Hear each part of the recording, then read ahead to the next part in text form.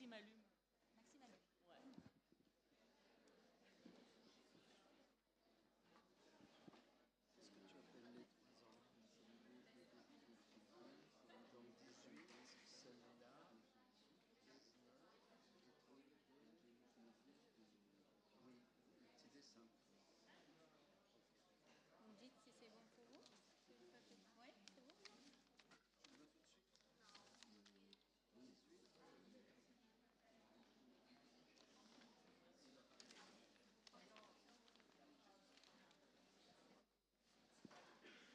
vais mettre dans la lumière. Bonsoir à toutes et à tous. Je suis Anne-Solène Roland, la directrice générale de l'INHA. Je suis ravie de vous accueillir ce soir pour une séance très exceptionnelle qui ouvre un nouveau cycle de l'INHA consacré aux actualités de la recherche en histoire de l'art, les voies de l'histoire de l'art. C'est la première séance de ce nouveau cycle et je suis très heureuse qu'il ait pu être organisé en partenariat avec le HESS, dont nous accueillons ce soir deux éminents représentants, directeurs d'études de l'institution. Et c'est vraiment un grand plaisir pour nos deux institutions et pour l'INHA d'ouvrir cette année et ce semestre autour de votre dernier ouvrage, cher Georges Didier Huberman, paru récemment, donc en fin 2025, aux éditions de Minuit, comme tous les autres ouvrages précédents, Les Anges de l'Histoire, images des temps inquiets. C'est un plaisir d'accueillir auprès de vous Pierre-Antoine Fabre pour animer cette présentation et ce débat. Il est évident que c'est aussi tout à fait symbolique, et on en a parlé avec Georges récemment, pour nous d'ouvrir ce cycle en 2026 autour, même si pardon, j'essaye d'attraper Monsieur Labrusse pour dire que s'il veut s'installer au premier rang, il en a le droit. D'ouvrir ce cycle autour de cet ouvrage et d'une figure bien sûr tutélaire pour l'ensemble de notre discipline et de la galerie. Je ne parle pas de Georges, qui est aussi une figure très importante pour nous, mais bien sûr de Walter Benjamin. Vous savez qu'il occupe une place importante dans ce quartier, dans cette galerie, même si on parlera d'autres choses. Et je vais vous passer la parole tout de suite pour cette séance. Je remercie juste, avant de vous la passer, les équipes de l'INHA qui ont organisé cette séance et les équipes de l'EHESS qui nous ont aidés à la relayer largement afin qu'elle trouve son public. Et juste pour vous informer que donc, ce cycle a normalement lieu le jeudi soir. Il commence un mercredi soir. Les exceptions existent. Et la prochaine séance, donc ce sera mensuel, la prochaine séance aura lieu le 19 février en salle Vasari, dans un format un peu plus habituel en fait pour ce genre de format, et il sera dans un format de table ronde autour du dernier numéro de la revue d'histoire de la Shoah, qui est par exception une thématique fortement liée à l'histoire de l'art, puisqu'elle a pour objet les nouvelles perspectives sur les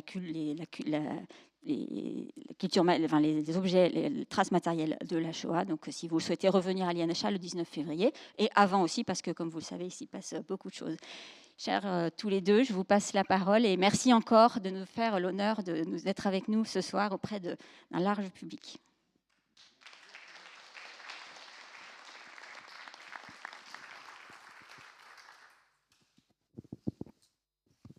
Le micro fonctionne ? Oui.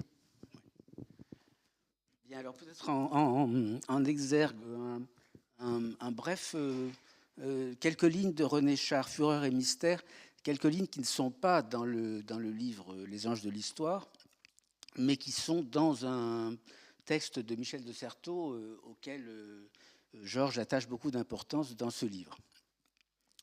L'intelligence avec l'ange, notre primordial souci.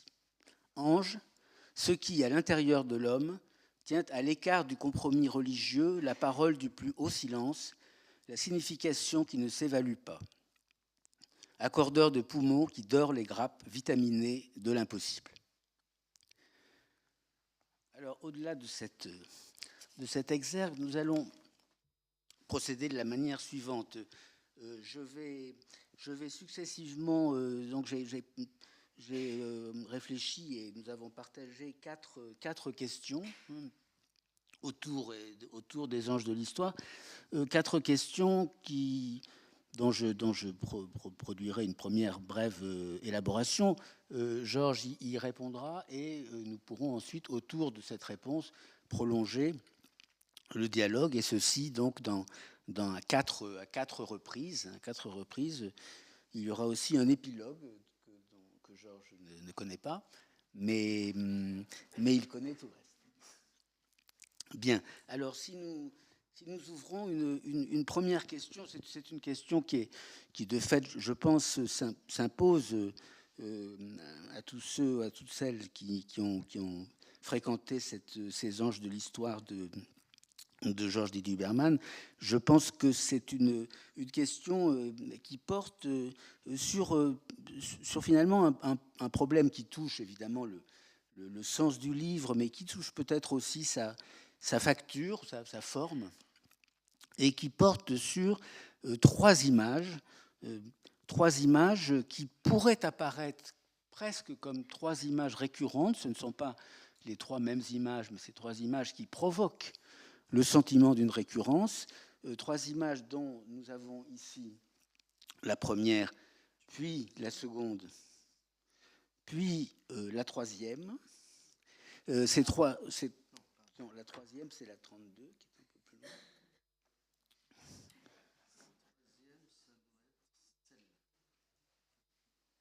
Voilà.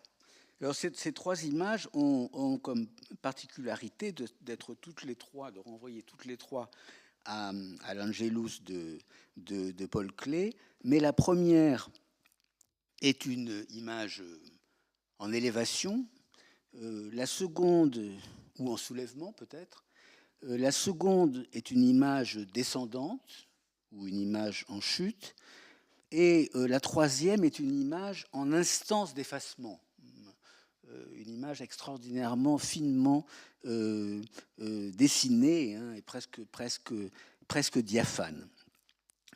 Alors ces trois images sont trois images qui jalonnent le livre en réalité, hein, qui se déploient tout au long du livre. Alors je dis qu'ils se déploient parce que ce sont des images immobiles, bien sûr, mais des images dont Georges produit, pour la première d'entre elles, le commentaire suivant. Alors je vais lire ce commentaire qui est à la page 128 du livre, qui est une citation de Benjamin. Il existe un tableau de Paul Klee qui s'intitule Angelus Novus. C'est la première à laquelle tu es revenu. Il représente un ange qui semble sur le point de s'éloigner de quelque chose qu'il fixe du regard. Ses yeux sont écarquillés, sa bouche ouverte, ses ailes déployées. C'est à cela que doit ressembler l'ange de l'histoire. Son visage est tourné vers le passé. Là où nous apparaît une chaîne d'événements, il ne voit lui qu'une seule et unique catastrophe qui sans cesse amoncelle ruine sur ruine et les précipite à ses pieds. Il voudrait bien s'attarder, réveiller les morts et rassembler ce qui a été démembré. Mais du paradis souffle une tempête qui s'est prise dans ses ailes, si violemment que l'ange ne peut plus les refermer.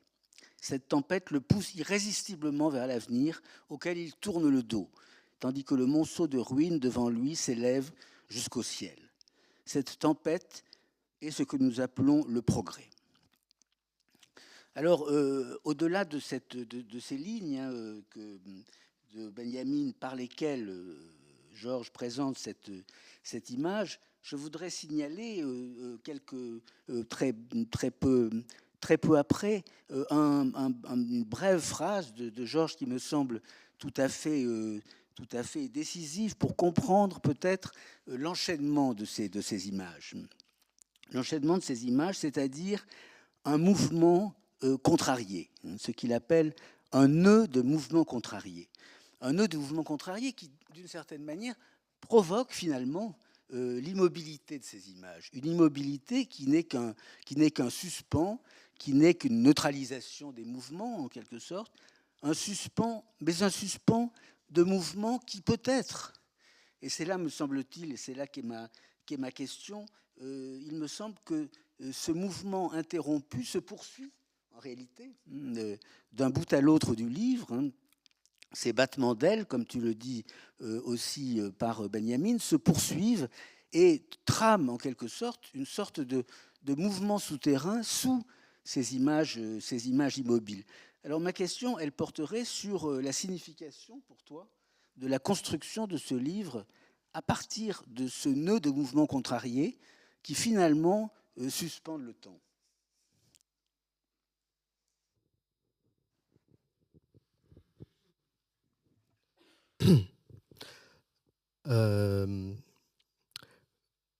En fait, comme j'ai pensé nécessaire, après coup, de rajouter une introduction, ce que je ne fais jamais. Quand je fais un livre, je l'écris dans l'ordre. Mais là, j'ai fait une introduction qui essaye d'éclairer mon propre mouvement contrarié. Et mon propre mouvement contrarié, c'est le 7 octobre 2023 et la suite. Voilà. Ça, c'est mon mouvement contrarié. C'est-à-dire, je n'avais pas vraiment prévu de travailler là-dessus, encore que, disons qu'il arrive que voilà, ce texte de Benjamin est un texte majeur. C'est 10 thèses sur le concept d'histoire. La numéro 9, elle parle d'une aquarelle de Paul Klee. Tout ça est très très connu, très commenté. Il y avait quelque chose qui me restait un non dit, voilà, qui me laissait dans ce mouvement contrarié. D'une lecture déjà très ancienne, enfin assez ancienne pour moi, de Benjamin, longue, c'est une lecture de longue durée, avec voilà, il y a quelque chose, vous lisez un auteur très longuement, et puis en fait, vous vous apercevez beaucoup plus tard que vous avez laissé de côté quelque chose d'essentiel que vous aviez beaucoup de mal à penser. Ce mal à penser, c'est en fait le thème du livre, hein. C'est le théologico-politique, c'est par exemple le vocabulaire du messianisme dans ce texte, qui est très obscur et qui a été hyper, je dirais, instrumentalisé. Et donc, mon mouvement contrarié, c'est l'ange comme alibi théologico-politique de très mauvaise aloi. Donc, alors c'est là où ça fait deux mouvements contrariés qui commencent à s'accumuler les uns sur les autres, hein, même plusieurs. Le premier, c'est que ce n'est pas un traité d'iconographie sur les anges, même si le titre c'est Les anges. Je l'ai mis au pluriel après l'avoir mis au singulier. Dans mon esprit, c'était uniquement sur cette thèse 9. Et puis, bien sûr, il fallait faire un contre-champ, une structure, disons, dialectique, et avec ce motif apocalyptique.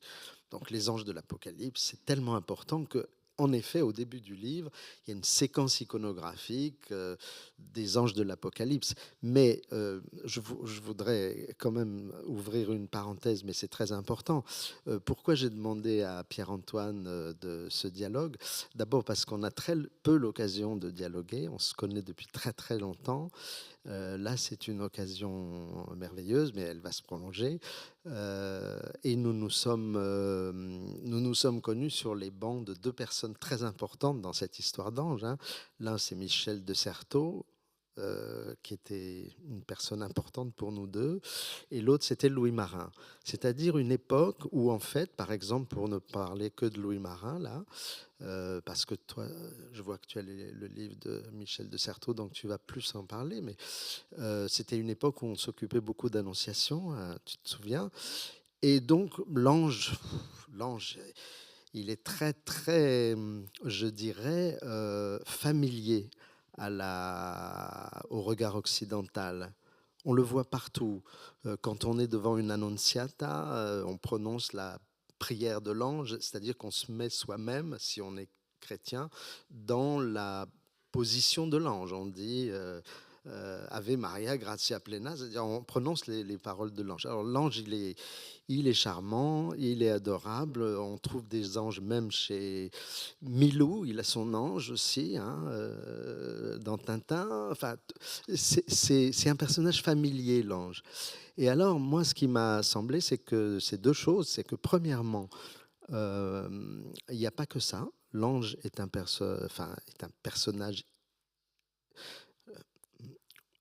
Les anges de l'histoire, deux points, image des temps inquiets. Donc, pour moi, l'ange est une image.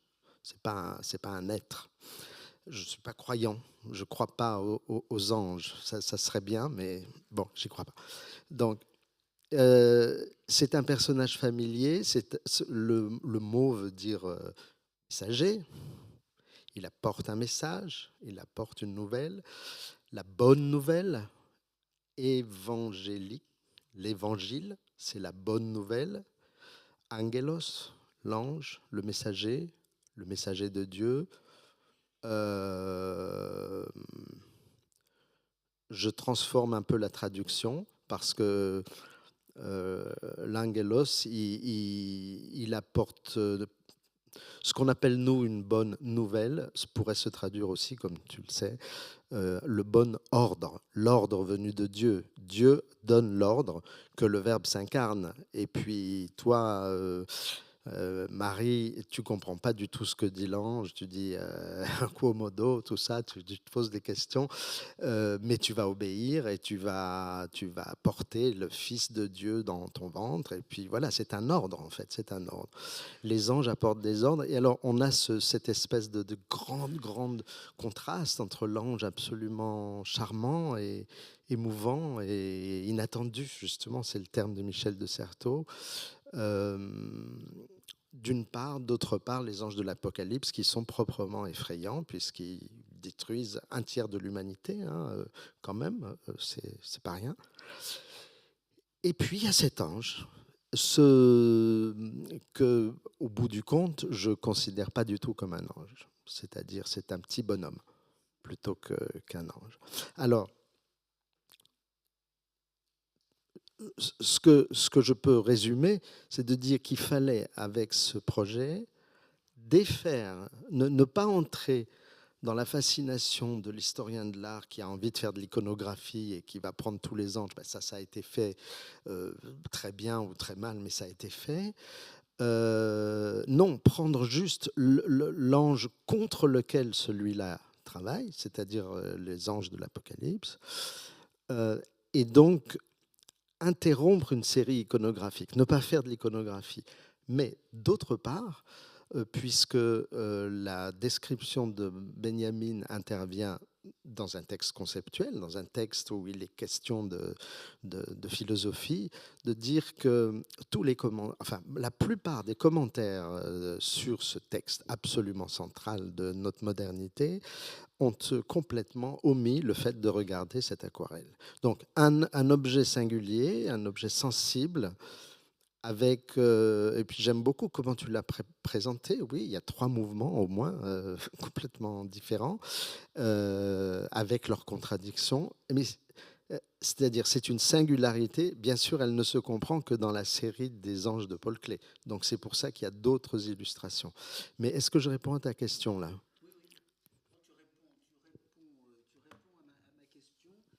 Le seul point sur lequel tu réponds pas, là, c'est sur et c'est une question évidemment beaucoup plus générale, c'est sur la fonction de l'image dans le livre, d'une certaine façon. C'est-à-dire que dans le fait que ces trois, et en particulier ces 3 anges de Klee, sont immobiles, c'est-à-dire que le résultat de ce nœud de mouvement contrarié, c'est leur immobilité, et que par rapport à cette immobilité, il me semble que se trame dans le livre quelque chose d'autre qui serait, qu'on pourrait appeler un ange du possible, qui est l'ange qui court entre ces images fixes. Oui, enfin, Ce qu'on a sous les yeux, c'est évidemment le point focal, hein. C'est le point le plus important, c'est le plus connu aussi. Mais alors, la fonction de cette image, c'est que j'y reviens constamment. C'est-à-dire qu'à un moment donné, je réserve tout un développement sur le fait qu'il ne regarde pas en face, par exemple. Ou bien à un autre moment, je réserve tout un développement sur le fait que ses cheveux ressemblent plutôt à des rouleaux de manuscrits ou à des rouleaux sacrés. Ou, voilà.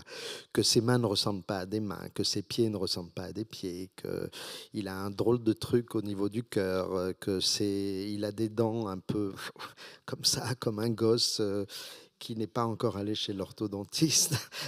Voilà. Bon, bref, je fais diffracter cette image, en effet, mais j'ai besoin, bien sûr, d'autres images pour pouvoir le... Voilà. Est-ce que là, je réponds mieux? Bon. Oui, oui. Là, tu réponds et tu permets peut-être au fond, de poser une deuxième question qui sera peut-être la manière d'aller vraiment au bout de la première. C'est en particulier dans le troisième ange, hein, le troisième dans la série que tu montres dans le livre, et ce troisième ange qui est dont tu décris à quel point il est presque disparaissant. Je dis disparaissant parce que je vais revenir à ce mot tout à l'heure. Cet ange diaphane, cet ange à peine visible. Et alors là, il me semble que cela ouvre sur en effet une seconde question, et cette seconde question, je vais la poser en revenant aux anges de Michel de Certeau, et en particulier à un problème que je te pose, une question qui est un problème, c'est comment est-ce que tu composes ce qu'on appellerait l'ange-image, hein, et tu l'as dit tout à l'heure dès le début, hein, tu as dit cet ange est une image, l'ange-image, et le fait que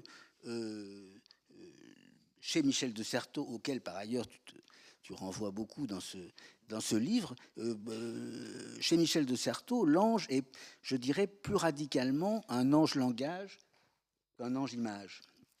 Et pour l'illustrer, je dirais quelques lignes de Certeau que tu cites dans le tien, d'un magnifique article de Certeau dont venait René Char tout à l'heure, qui s'appelle Le Parler angélique, et qui a été réédité dans la Fable mystique, tome 2, le plus récemment, pardon. Mais je voudrais citer ces deux moments de Michel de Certeau. L'ange figure plutôt une transversalité de la communication. C'est vraiment le moment du texte où de Certeau définit l'ange. L'ange figure plutôt une transversalité de la communication. Il lézarde et traverse, il court-circuite les hiérarchies des êtres et des médiations, en sorte que ces passages ont la forme d'une parole qui conteste l'ordre des choses. La parole angélique restaure une événementialité et un possible. On retrouve le mot de possible là que j'évoquais à l'instant. Quand l'ange répète un verset de l'Écriture, un article de foi ou une vérité reçue, transformant cet énoncé commun en un acte de parole qui est adressé à toi singulièrement, ici et maintenant. Ce sont les deux moments dans le parler angélique dans lequel de Certeau véritablement définit l'ange. Alors le problème à partir de là, c'est que si l'on veut, ça c'est la proposition que je te fais, si l'on veut articuler l'ange-image et l'ange-langage, ce qui ne va pas de soi, hein, avec de Certeau qui véritablement définit cet ange qui d'une certaine façon ne se donne à voir que lorsqu'il parle. Alors on aurait à partir de là peut-être une solution au problème qui serait de dire en effet, d'une certaine façon, l'ange ce n'est ni l'image ni le langage, c'est le langage de l'imagination. Le langage de l'imagination dans un double sens, d'abord parce que l'ange, en effet, ne se donne à voir que lorsqu'il parle. C'est à ce moment-là qu'on l'imagine, mais cette imagination n'est pas séparable de cette parole en acte. Cette imagination ne peut pas se fixer, ne peut pas s'arrêter sur une image, d'où le paradoxe de ces trois 3 anges dans ton livre, entre lesquels j'entends bruisser les ailes de tous ceux qui circulent entre ces trois-là. Parce que, en effet, le langage de l'imagination permet peut-être de penser comment se nourraient, en quelque sorte, ces deux expériences de l'ange comme langage et comme image. Et tu as eu raison tout à fait tout à l'heure de rappeler que dans un autre moment de ce même texte, de Certeau énonce l'ange comme un événement en disant l'ange est l'inattendu de ce qui se met à parler. L'inattendu de ce qui se met à parler, en particulier l'inattendu de ce qui, dans l'annonciation à laquelle tu faisais référence, va être justement celui qui parle. Celui qui parle et dont, comme tu l'as signalé aussi, en se mettant à parler, s'adresse à cette femme qui est en face de lui, cette femme dans le ventre de laquelle Dieu s'incarne. Ce qui, comme vous le savez, posera beaucoup de problèmes à beaucoup d'hommes, les théologiens en particulier, qui se diront, mais comment est-ce que Dieu a pu mettre son Fils n'importe où? Et c'est ainsi que dès le IVe siècle, on ouvrira une séquence qui se prolongera pendant 14 siècles, qui sera la question de savoir comment est-ce que Marie a été jugée digne de recevoir le Fils de Dieu. Mais si elle est jugée digne de recevoir le Fils de Dieu parce qu'elle est sainte avant d'être visitée par l'ange, si elle est sainte avant d'être enceinte, alors d'abord, cela veut dire qu'elle est femme avant d'être mère. C'est pour ça que le dogme de l'Immaculée Conception est très populaire dans les milieux LGBT, ce qu'on pourrait ne pas imaginer. Mais c'est surtout que l'événement de cette parole de l'ange est totalement, en quelque sorte, dévitalisé. Parce que si Marie est sainte avant que l'ange la visite, alors sa parole n'est plus véritablement celle qui fait être l'incarnation. Donc cela posera, évidemment, c'est un débat de 14 siècles autour de ce qu'on appelle l'Immaculée Conception. Mais c'est vous dire à quel point cette question de l'ange et l'inattendu de ce qui se met à parler, là on peut dire que là, on résume absolument ce que c'est que l'Annonciation et ce que c'est que l'ange comme cet être de parole. Alors ma question, elle porte sur la manière dont tu conçois cette relation entre l'ange-image et l'ange-langage, et si l'ange comme langage de l'imagination peut apparaître comme une solution, au fond, à ce problème. Je suis obligé de répondre un peu schématiquement, et en quelque sorte, je tiens à maintenir le lien non seulement entre nous deux, mais entre nous deux et d'où nous venons. C'est-à-dire que j'ai résumé avec les noms de Louis Marin, Michel de Certeau. L'ange, dans l'Annonciation, a eu une fortune théorique considérable à l'époque où nous étions jeunes chercheurs, donc chez Daniel Arras, chez Louis Marin en particulier, chez Michael Baxandall, beaucoup de chercheurs.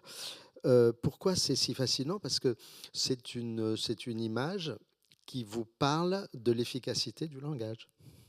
Donc c'est une image extraordinairement dialogique, non seulement parce qu'il y a un dialogue, l'ange et la Vierge, mais c'est dialogique aussi dans le sens où c'est une image qui figurerait le pouvoir du Verbe divin de s'incarner. D'où les spéculations très très fines, par exemple de Daniel Arras, sur comment les inscriptions chez Fra Angelico, elles vont derrière ou devant la colonne, etc., etc. Donc ça, c'était fascinant à cette époque-là. Ça a été beaucoup traité. Je note que ça a été traité dans plutôt un rejet théorique, une absence de référence à la notion d'imagination que tu viens juste à l'instant de soulever. Deuxièmement, Michel de Certeau là, je pense qu'il y a un point, en quelque sorte, où se situe ta propre œuvre, me semble-t-il, ton propre débat intérieur, si tu veux. C'est que Michel de Certeau nous parle de... Tu vas me dire si je grossis un peu trop, hein, mais c'est possible. Nous parle de tradition religieuse avec une attention à, je reviens à ce terme d'inattendu, ou bien on pourrait dire l'expérience, ou bien on pourrait dire la mystique versus la dogmatique, la construction dogmatique, si je vais un peu rapidement. Donc, il y a l'ange de l'inattendu, il y a l'ange Michel de Certeau, il y a l'ange René Char, d'un côté. D'un autre côté, il faut tenir compte de ce qui s'est fait depuis. Il y a l'ange Giorgio Agamben et il y a l'ange Emanuele Coccia. C'est-à-dire, non pas l'ange inattendu qui fait naître la parole comme ça, mais l'ange bureaucrate, l'ange fonctionnaire, le fonctionnaire de Dieu, le militaire de Dieu, hein, puisque dans l'Apocalypse, c'est un militaire. Et où se place, c'est là où je pense que toi, ton travail sur les jésuites, il est absolument impliqué dans tout ça, c'est le rapport entre expérience mystique et théologie dogmatique. À quoi se rajoute, bien sûr, le problème théologie politique. Hein, ça, c'est encore plus compliqué. Donc voilà pour un point. Deuxièmement, l'imagination. Alors l'imagination, c'est relativement simple. Hein. Il suffit... Enfin, pardon, c'est pas vrai. Il suffit quand même de revenir à la tradition aristotélicienne plutôt que la platonicienne. Il suffit d'accepter la puissance de l'imagination. Alors il y a deux aristotéliciens qui sont convoqués dans ce petit livre. Le premier, c'est saint Thomas d'Aquin pour les chrétiens. Donc saint Thomas d'Aquin donne aux anges la faculté de transformer, immutare, transformer l'imagination des hommes. Par exemple, un ange surgit, vous êtes en train de dormir, vous rêvez, un ange arrive, il transforme votre imagination, il n'y a rien de plus imaginaire, c'est un rêve, c'est une imagination, mais ce que fait l'ange, c'est qu'il vous donne l'imagination exacte, l'imagination de la vérité. C'est-à-dire, disons, une possibilité de l'image comme vérité, l'image psychique comme vérité. Ce qui est quand même audacieux par rapport à une tradition platonicienne. Deuxièmement, sur le versant hébraïque, Maïmonide, qui lui aussi est un lecteur d'Aristote, qui dit à peu près la même chose. Voilà, il dit que les anges à la fois volent et se voilent, que les anges apparaissent, ce sont des êtres d'air et qu'ils sont surtout le médium de la vision prophétique. C'est par eux, c'est-à-dire on ne peut pas voir Dieu, mais on peut voir un ange. Et lui, l'ange, il peut voir Dieu, enfin pour aller très vite. Hein.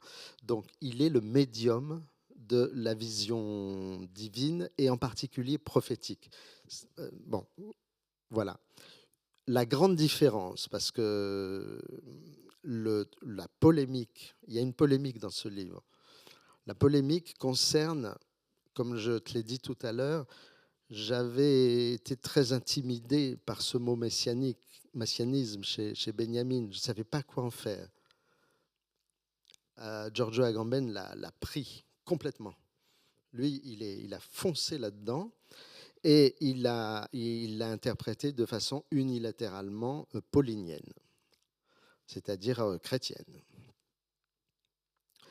Je suis en désaccord absolu avec cette thèse complète. Donc voilà, mais ça a des conséquences politiques très fortes, hein, puisqu'Agamben est un penseur politique de la gauche contemporaine et que ce fond paulinien et cette façon. Pourtant, je sais très bien que Agamben est un des plus grands connaisseurs de Benjamin qui soit. Hein. Je le respecte beaucoup pour ça. Mais simplement, il a plongé Benjamin dans Saint Paul, mais c'est absolument impossible. C'est n'importe quoi.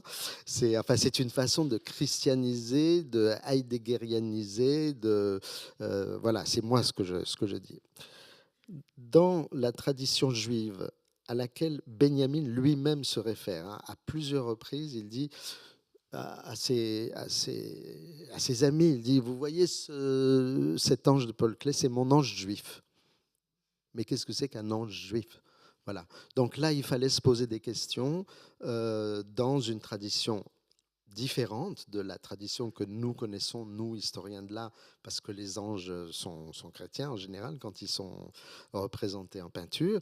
Et il y a cette tradition sublime, je trouve, de Hénor, hein, un petit cordonnier de rien du tout, qui est élevé au ciel en quelque sorte, qui devient un ange.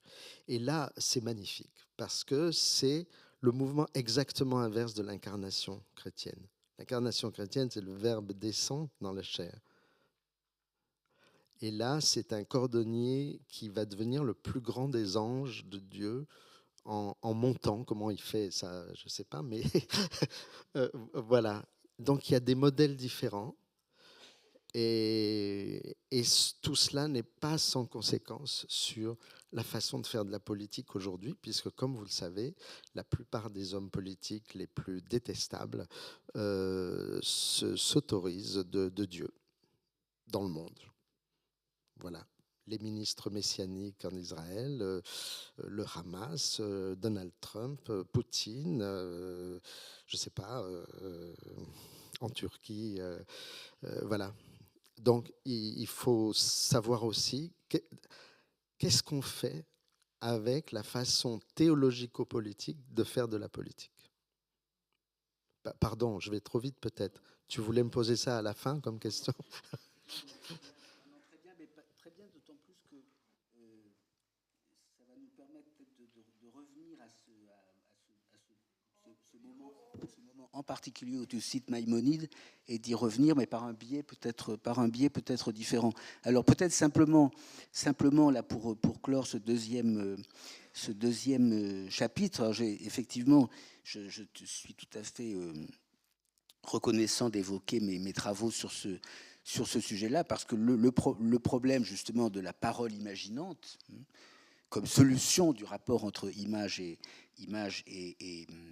langage, est certainement l'une des voies par lesquelles Michel de Certeau se fonde, même peut-être la seule voie, c'est en tout cas le seul texte sur lequel il se soit prononcé par écrit dans la tradition, la première tradition jésuite, c'est celle des exercices spirituels, comme parole imaginante justement, une parole imaginante qui s'oppose au dépôt d'une parole imagée, qui se construit entièrement contre cette parole imagée.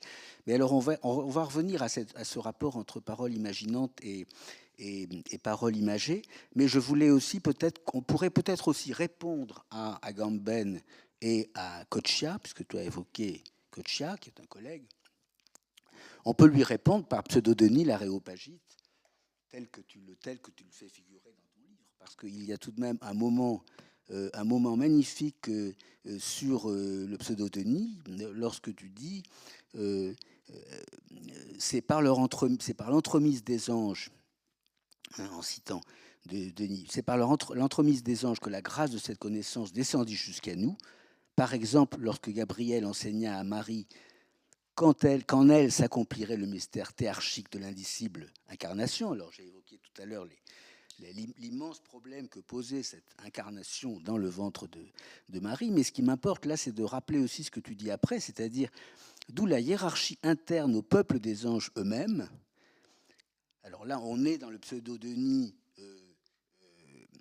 théologien, mais dans la même phrase, tu bascules dans l'autre Pseudo-Denis mystique, lorsque tu dis cette hiérarchie interne au peuple des anges, chérubins, séraphins, archanges, ou ange au sens strict, dont le Pseudo-Denis redéploiera pour finir tout le spectre des images possibles, contenant comprenant le feu, le vent, les nuages, l'ambre, les nuances de pierre multicolores et bien d'autres choses encore. Donc là, non seulement on n'est pas loin du couvent de Fra Angelico, mais on est par ailleurs pas loin du tout non plus de cette traversée mystique de la théologie du pseudo-Denis. Et donc, on est là tout à fait éloigné, à mon sens, de la théologie d'ordre telle qu'Agamben l'a construit. Mais alors, on pourrait peut-être revenir sur l'ange, une fois de plus, bien sûr. On ne va pas cesser de revenir sur l'ange, hein, puisqu'il est, comme vous l'avez compris, il est absolument partout dans ce livre. On va revenir sur l'ange, mais à partir d'un autre passage, qui est un passage, page 243, que tu as très brièvement annoncé, je dirais. Quand tu écris « Les anges sont donc fondamentalement affaires d'image et d'imagination ».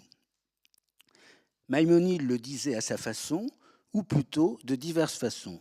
D'abord, affirmait-il, les anges ont des ailes qui sont en même temps des voiles. Ils volent et ils se voilent, seuls les prophètes pouvant les voir face à face, et cela sous une forme que Maïmonide qualifiait bien d'imaginative, je cite. Et l'important, c'est ce qui suit, parce que les anges battent des ailes, disait-il encore. Ils ne cessent d'apparaître et de disparaître, rythmiquement, parce que l'oiseau, dans un très court espace de temps, tantôt se montre et tantôt se dérobe, tantôt s'approche et tantôt s'éloigne. L'ange est donc un être d'air ou un être d'aura. S'il faut le comprendre comme un petit messager, c'est parce qu'il a la puissance de révéler aux humains, par faculté imaginative, ce qu'il en est des visions prophétiques. Alors cette page, elle me semble tout à fait centrale dans le livre pour deux raisons. La première raison, c'est que parce que l'ange, en quelque sorte, est le messager, le médiateur d'une imagination active. Il est celui qui relaye, transmet l'imagination des êtres humains, d'abord. Et en ce sens-là, Augustin le dit, et il est même peut-être le seul à le dire de cette manière-là, c'est ce par quoi les êtres humains se différencient des êtres animaux. Parce que les êtres animaux sont des images de Dieu en tant que tels. Ils réfléchissent le mouvement de la création. Donc, ils sont des images de Dieu. Ils imagent Dieu. Mais ce qui caractérise et qui seul caractérise les êtres humains, c'est de produire eux-mêmes une image de Dieu. Non pas d'en être les témoins, les réceptacles, mais véritablement de les produire. Et c'est comme cela qu'Augustin différencie les êtres humains et les êtres animaux dans un moment décisif dans lequel Augustin a en même temps besoin de placer les animaux et les hommes et les femmes au plus près les uns des autres, c'est dans l'Arche de Noé. Et dans l'Arche de Noé, la seule chose qui continue de différencier les hommes et les animaux, c'est ce rapport à l'image, passif, actif. Et c'est pour ça que la question de l'imagination active, elle est absolument centrale dans ce moment augustinien. Mais je dirais qu'il y a aussi un second niveau dans cette page, c'est le niveau politique en effet. C'est-à-dire que les anges apparaissent et disparaissent. Les anges, de ce point de vue-là, les grands chefs messianiques que tu évoquais tout à l'heure ne peuvent pas vraiment compter sur eux parce que ils sont là puis ils sont pas là. C'est pas des relais. Hein. Les anges d'une certaine façon, ce sont des médiateurs, mais des médiateurs sur lesquels ceux pour lesquels il pourrait être des médiations ne peuvent pas, ou ceux pour lesquels il pourrait être des médiations ne peuvent pas s'appuyer. Et ça, c'est très, très important. Et ça, c'est quelque chose qui est constamment, alors qui est vraiment une magnifique... Là, je reviens à la fable mystique 2, parce qu'il y a une sorte de variation. Tu dis tu écris que, c'est une citation de Certeau, que les anges sont des visibilités disparaissantes. Évidemment, magnifique formule. Mais alors, ce qui est très étonnant quand on relit d'un peu près ce parler angélique de Certeau, c'est que de Certeau tourne autour de cette visibilité disparaissante et d'une manière extrêmement évolutive. Et cette évolution, il la termine, me semble-t-il, d'une manière très Didi hubermanienne, si je peux me permettre, puisque il y est question d'une vision disparaissante, la visio disparens de Bonaventure. Il y est question d'une vision évanescente, à nouveau la visio disparens, mais que de Certeau traduit 2 fois d'une manière différente. Et puis finalement, ultime moment, un petit peu comme le 3e ange de ta série des anges de clé, l'ange se retire dans le champ du visuel.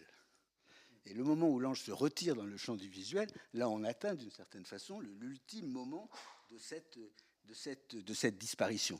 Et je crois que le moment de cette disparition, cette intermittence de l'ange est très importante par rapport à tout ce qui, politiquement, pourrait se croire fondé à s'appuyer sur ces médiateurs-là.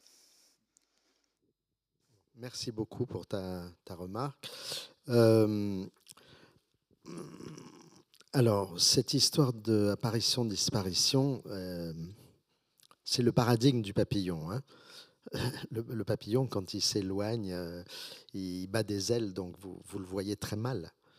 Si vous voulez vraiment le voir de façon objective ou dogmatique, il va vous falloir l'attraper, le tuer et l'épingler sur une planche de liège.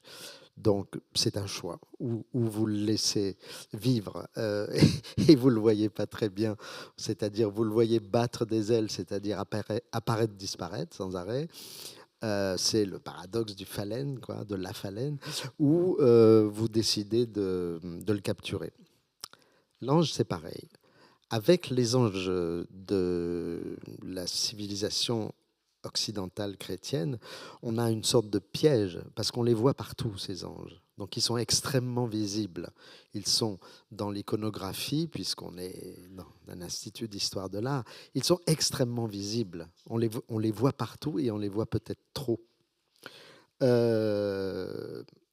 Justement, l'intérêt iconographique et formel de cet ange de Paul Klee, en particulier dans la version dessinée qu'on a vue tout à l'heure, c'est qu'il est lui-même disparaissant, exactement comme le voulait Benjamin. En amont de tout ça, il y a une évolution, je pense, historique très très intéressante, qui est que, par exemple, vous avez un tableau sublime de Turner qui représente un ange. Ben, il est tellement brillant que, il est tellement dans la lumière qu'il est invisible. Vous n'arrivez pas à le voir. Il y a que de la luminosité. Et le pendant de ça, ce sont les anges de Goya. Ce sont ces personnages qui traversent des espaces complètement obscurs chez Goya et qui se fondent dans l'obscurité, à partir de quoi j'ai utilisé le jeu de mots de Lacan, les êtres anges, les étranges. Et les étranges, en fait, on revient à la magnifique citation que tu as faite tout à l'heure de René Char. Les étranges, ils sont là. Ils sont dans nos monstras à nous. Ils sont à l'intérieur. Juste pour signaler que quand Benjamin disait, vous voyez, c'est mon ange juif, de quoi parlait-il ? Il parlait en fait de quelque chose que Scholem lui avait enseigné, à savoir que, et puis il en rajoutait, hein, comme Kafka, il en rajoutait, et à plusieurs reprises, il dit très fort cela. Un ange pour lui, c'est cette créature enfantine qui commence à chanter la louange de la création. Au moment où il commence à chanter, il disparaît. Il disparaît. Il n'existe plus. C'est-à-dire, c'est un ange qui est fait pour disparaître. Magnifique. C'est-à-dire, c'est un ange qui ne servira jamais à un dogme théologique. C'est un ange qui ne pourra pas servir à être le bras armé de la décision de Dieu d'en finir avec les temps actuels et d'annoncer le règne millénaire, etc. Non, les anges juifs, ils ne servent pas à ça. Ils disparaissent dès qu'ils se mettent à ouvrir la bouche. Voilà. C'est très intéressant. C'est kafkaïen. Tout à fait. Alors on pourrait absolument prolonger ce que tu dis en revenant au parler angélique de Certeau, parce qu'il y a ce magnifique moment où l'ange se retire dans le champ visuel, qui est du non, non, il se retire dans le champ du visuel. Il se retire dans le champ du visuel. Ah oui, non, mais si je disais que c'était Didi Dubermanien, c'est que c'est qu'en effet, mais quelques pages plus loin, il se retire tout court. Tel l'ange de l'histoire dans les thèses sur la philosophie de l'histoire, cet ange se retire.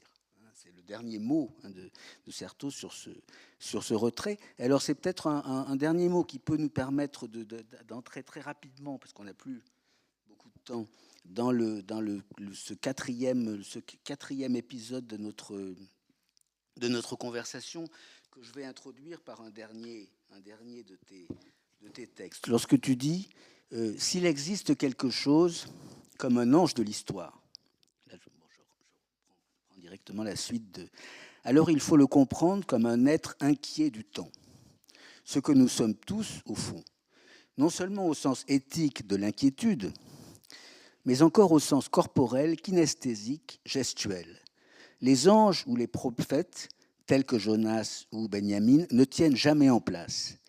Non seulement comme athlètes de la question et inventeurs de langage, alors là où on retrouve tout ce problème de l'ange-image et de l'ange-langage, et inventeurs de langage, mais encore comme arpenteurs du monde et de son chaos. Ils s'exilent, ils reviennent, ils repartent dans l'autre sens, ils se perdent, ils nous indiquent une voie malgré tout. Le malgré tout étant notable. Or, c'est tout cela que Scholem, dès 1917, déduisait d'une affliction fondamentale donnant lieu à lamentation, puis à la parole prophétique et accusatrice comme telle. Enfin, à l'étude ou à l'enseignement. L'enseignement, dit-il, et la lamentation étaient sœurs chez ce peuple juif, et chez lui, il pouvait arriver que l'enseignement se lamentait et que la lamentation enseignait. Alors, je trouve que c'est un très beau, c'est à nouveau 2 très belles pages de ce livre, et ces 2 très belles pages qui, me semble-t-il, suffisent.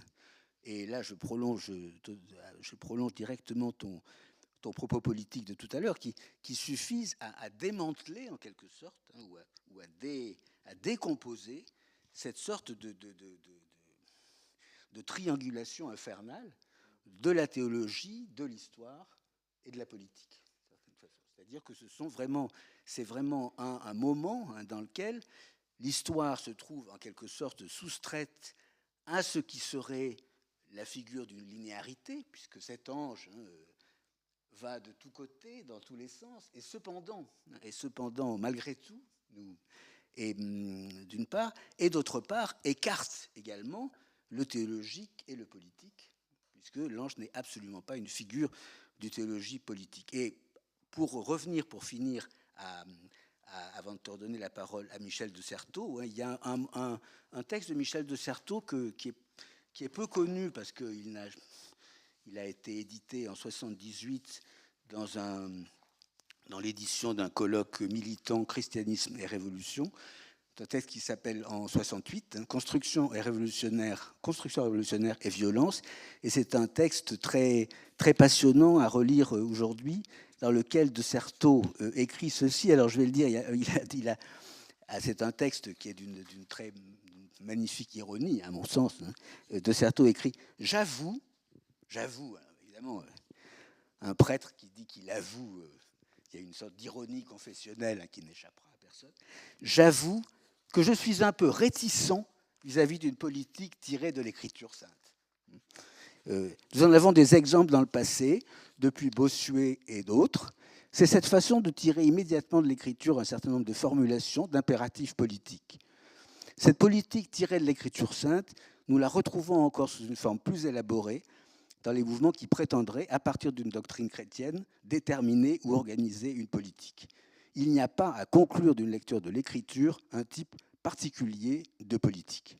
Si le monde moderne et les révolutions récentes nous apprennent quelque chose, c'est que l'histoire a sa loi propre et que le christianisme ne détermine plus la politique. De Certeau, 68, et surtout cette petite réticence par rapport à une politique tirée de l'Écriture sainte. Alors je voulais convoquer évidemment Michel de Certeau sur ce terrain directement politique, et je te redonne la parole. Alors, je ne connaissais pas ce texte, c'est magnifique. Il faudrait le... Non, mais il faudrait le mettre en relation avec les textes de Ernst Bloch, par exemple, ou les choses comme ça. Pour résumer, le texte de Benjamin est la tentative assez désespérée, mais pleine d'espoir. La phrase que Benjamin aimait citer de Kafka, il y a une quantité infinie d'espoir, mais pas pour nous.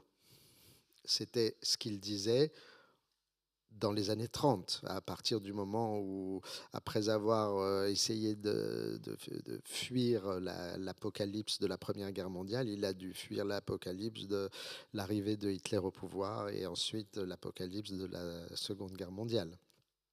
Donc, la question pour Benjamin, c'était comment faire front au fascisme. Elle est aussi simple et elle est aussi actuelle que possible.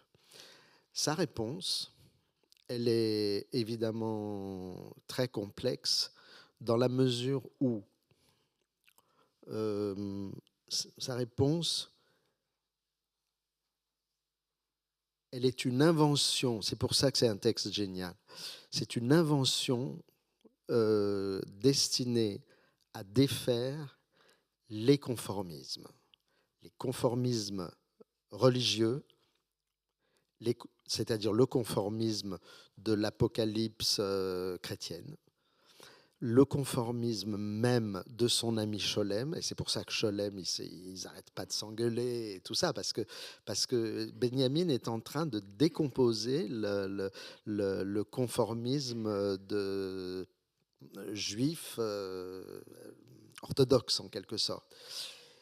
Et il décompose le conformisme politique marxiste orthodoxe de son temps. Pourquoi le fait-il? Parce que d'abord, il l'a toujours fait, mais surtout là, il était arrivé à un point de désespoir très grand, puisque en 1939, quand on est antifasciste en Europe, on est évidemment proche des communistes. C'est tout à fait normal. Et il l'a été, et il l'était, et Brecht et tout ça.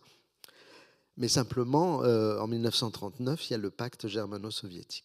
Et ça, pour Benjamin, ça a été un véritable effondrement. Le texte en question, l'appel à une aquarelle minuscule qui représente un gamin qui flotte dans l'air, et la réponse sublime et désespérée de quelqu'un qui ne sait pas quoi faire entre le fascisme et Staline et tout ça. Je finis avec quelque chose qui correspond à mes propres réticulations. Au moment où j'ai écrit ce texte, j'étais en train de terminer une exposition à Madrid sur la notion de duende. Le duende n'est pas une notion esthétique communément admise, enfin communément utilisée dans l'art occidental. Et le duende a été introduit par Garcia Lorca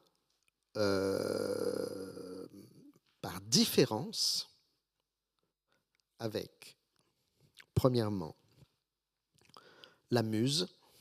Un duende, ce n'est pas une muse, donc ce n'est pas l'art. Ce n'est pas l'art, ce n'est pas les beaux-arts. Le duende, ce n'est pas non plus l'ange, dit Garcia Lorca. Le duende, c'est un petit démon, mais pas démoniaque, juste démonique, au sens de Goethe, au sens de... Vous voyez ? Et c'est une catégorie esthétique qui me semble réunir des gens comme Benjamin avec son amour extraordinaire des enfants, Garcia Lorca, qui est une poésie entière de l'enfance, Pasolini, qui est une poésie aussi et un cinéma entier de l'enfance. C'est-à-dire l'enfance comme... c'est à l'enfance que nous devons adresser nos espérances et nos désespoirs politiques. Voilà, c'est ça qui se passe. C'est très bouleversant, voilà. Et c'est pour ça que Paul Klee, c'est vraiment quelqu'un qui a dessiné, il a appelé ange des représentations qui n'étaient rien d'autre que des représentations de gamins. Voilà. Et voilà pourquoi, enfin, c'est l'une des raisons pour lesquelles cette traversée de ces images de Paul Klee à travers tout le livre me paraît aussi important. Alors peut-être je t'avais annoncé un épilogue dont je ne t'avais pas parlé. Vas-y. Alors cet épilogue, je le lis pour finir. C'est une sorte d'autoportrait de toi, à mon sens. Ah bon. Page 184. On aura compris que la passion juive de Benjamin ne fut pas seulement passion au sens du jeu, comme il l'écrit avec humour pour évoquer en 1931 sa manie de toujours faire des catalogues de fiches, mais encore douleur, tourment, Leidenschaft, passion. Et cela non par quelque inhibition ou handicap psychique dans la réalisation de soi, comme on dit, et comme Scholem tend à le faire penser, mais bien par décision philosophique ou geste de pensée parfaitement mûri et assumé. Pour savoir transmettre, acte de la tradition, il faut non seulement se remémorer le legs à transmettre, mais encore le déplacer hors de tous les territoires de certitude mémorielle, de tous les conformismes et de tous les processus de fossilisation, qu'ils soient monumentaux, cultuels ou idéologiques.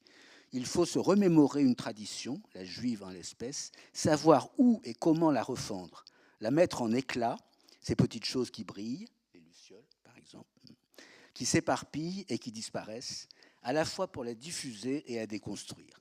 La mémoire, selon Benjamin, en appelant non seulement à une certaine capacité d'oubli, comme Nietzsche et Freud l'avaient déjà analysé, mais encore et surtout à un certain geste de brisure. Voilà, je crois, un bel autoportrait. On a oublié de prononcer le nom de Warburg, qui est par excellence un créateur de discipline qui a travaillé non seulement sur les passions, le pathos, mais avec sa passion. Merci.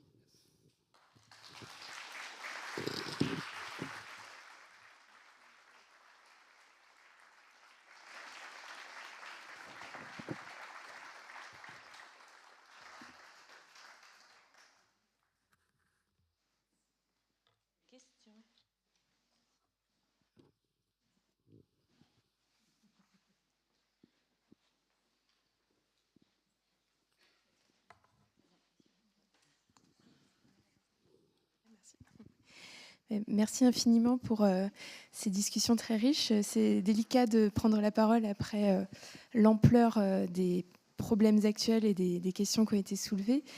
J'ai juste des interrogations justement concernant ce caractère un peu biface des anges dont il a été question. En fait, l'ange qu'on peut ontologiser, chercher à définir du point de vue de ce qu'il serait, l'ange plutôt en tant qu'on l'imagine subjectivement, ou comme un appel imaginaire, finalement un penchant de l'humain vers la fiction.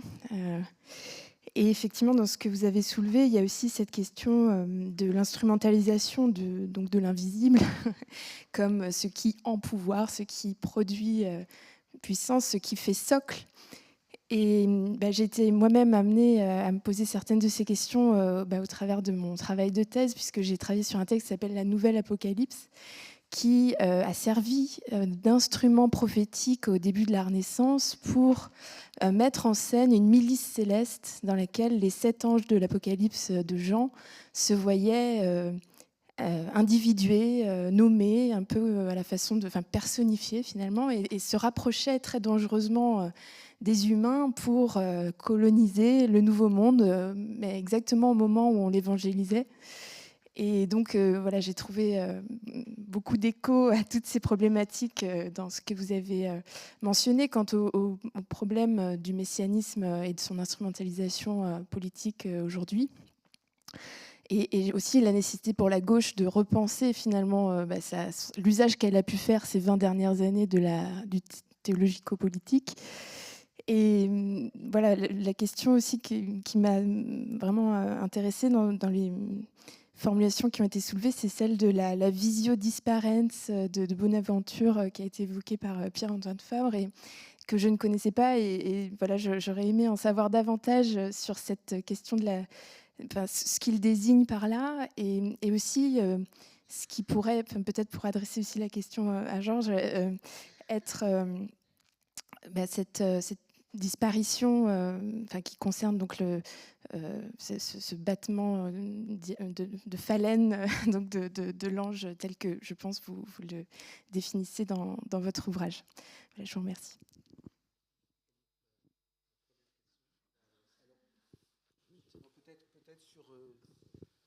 Peut-être sur la vision disparaissante de Bonaventure, peut-être ça permettrait peut-être d'ajouter quelque chose sur ce rapport entre l'apparition et la disparition qui me semble important. C'est dans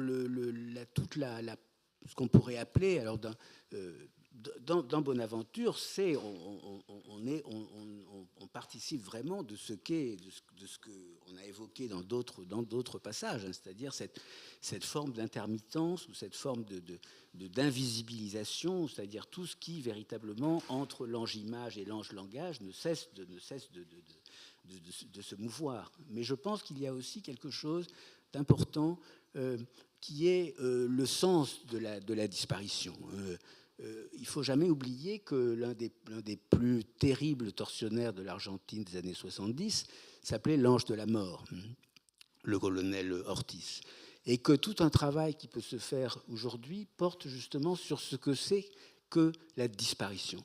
Est-ce que la disparition, c'est uniquement la dissimulation de la mort? Est-ce que c'est uniquement, du point de vue du vainqueur, du point de vue du tortionnaire, la dissimulation du cadavre, ou est-ce que c'est aussi la possibilité d'une réapparition?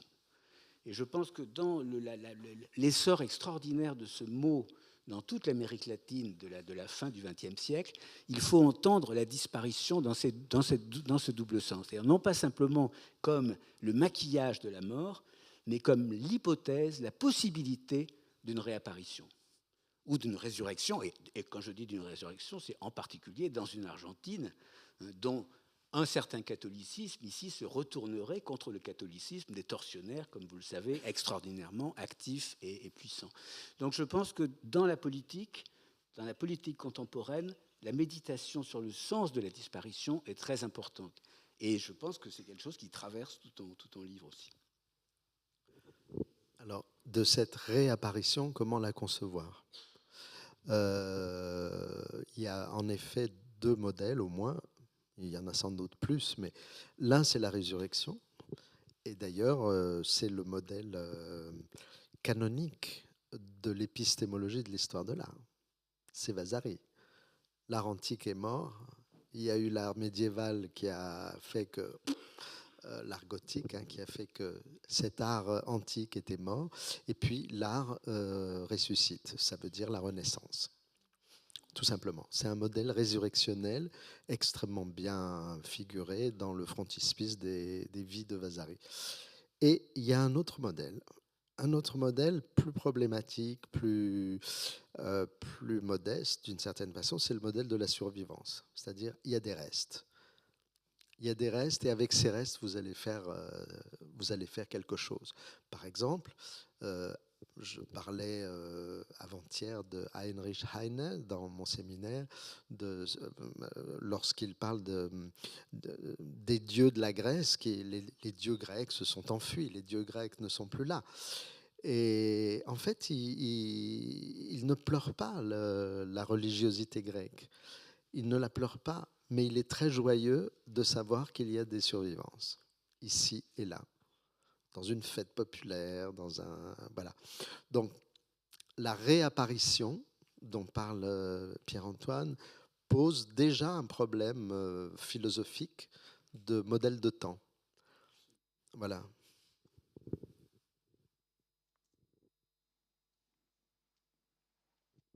deuxième question.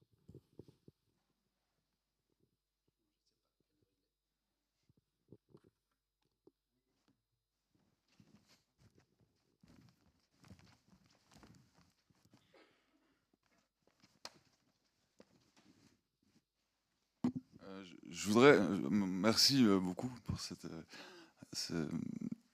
échange. Je m'interroge sur Saint Augustin et l'histoire des animaux images de Dieu. Mais alors, qu'en est-il de Genèse, que c'est l'homme qui est à l'image et la ressemblance, si on suit la Septante? Bon, alors je vais répondre brièvement parce que ce serait sinon très long, mais précisément, hein, le moment dans lequel se trouve posé le problème de savoir si, dans l'arche de Noé, Noé et sa famille sont sauvés pour sauver les animaux, ou bien sont sauvés pour eux-mêmes, se joue toute une redistribution de ce qui est en jeu, de qui est l'image de Dieu. Et Augustin, qui est extraordinairement soucieux de la littéralité du texte biblique, parce qu'avec une profondeur sans égale, il dit « Si nous volons vers les interprétations anagogiques de tout genre, nous scions la branche sur laquelle nous sommes assis. Et donc nous devons en tenir à la littéralité. » Eh bien, il en tient à la littéralité de ce vaisseau, de cette embarcation dans laquelle hommes et bêtes sont absolument sauvés ensemble et où, par conséquent, leur définition même, leur définition ontologique se trouve au plus près de la, au plus mitoyen, au plus proche. Et c'est ce qui fait que l'arche de Noé, c'est la raison pour laquelle je m'y intéresse, c'est ce qui fait que l'arche de Noé est si embarrassante. Enfin, en plus, elle était grande, donc de toute façon embarrassante, mais c'est pour ça qu'elle est si embarrassante, c'est parce que justement, c'est un moment dans lequel ce rapport entre l'homme, image de Dieu, et les animaux, image de Dieu, se trouve ensemble convoqués. Et Augustin les différencie, mais d'une manière extraordinairement subtile et fine. Seul l'homme, et alors là on en revient au passage que tu cites, seuls les hommes ont une capacité d'imagination active de Dieu. Mais c'est là que se joue la différence. Sinon, les hommes et les bêtes sont des images de Dieu.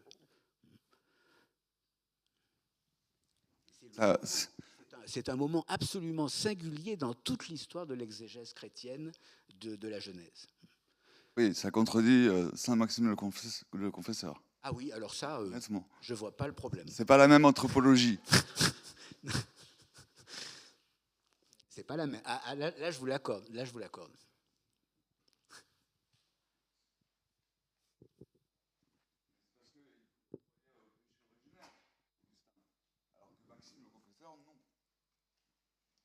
Plus optimiste, si j'ai bien compris. Eh bien, merci beaucoup. Merci.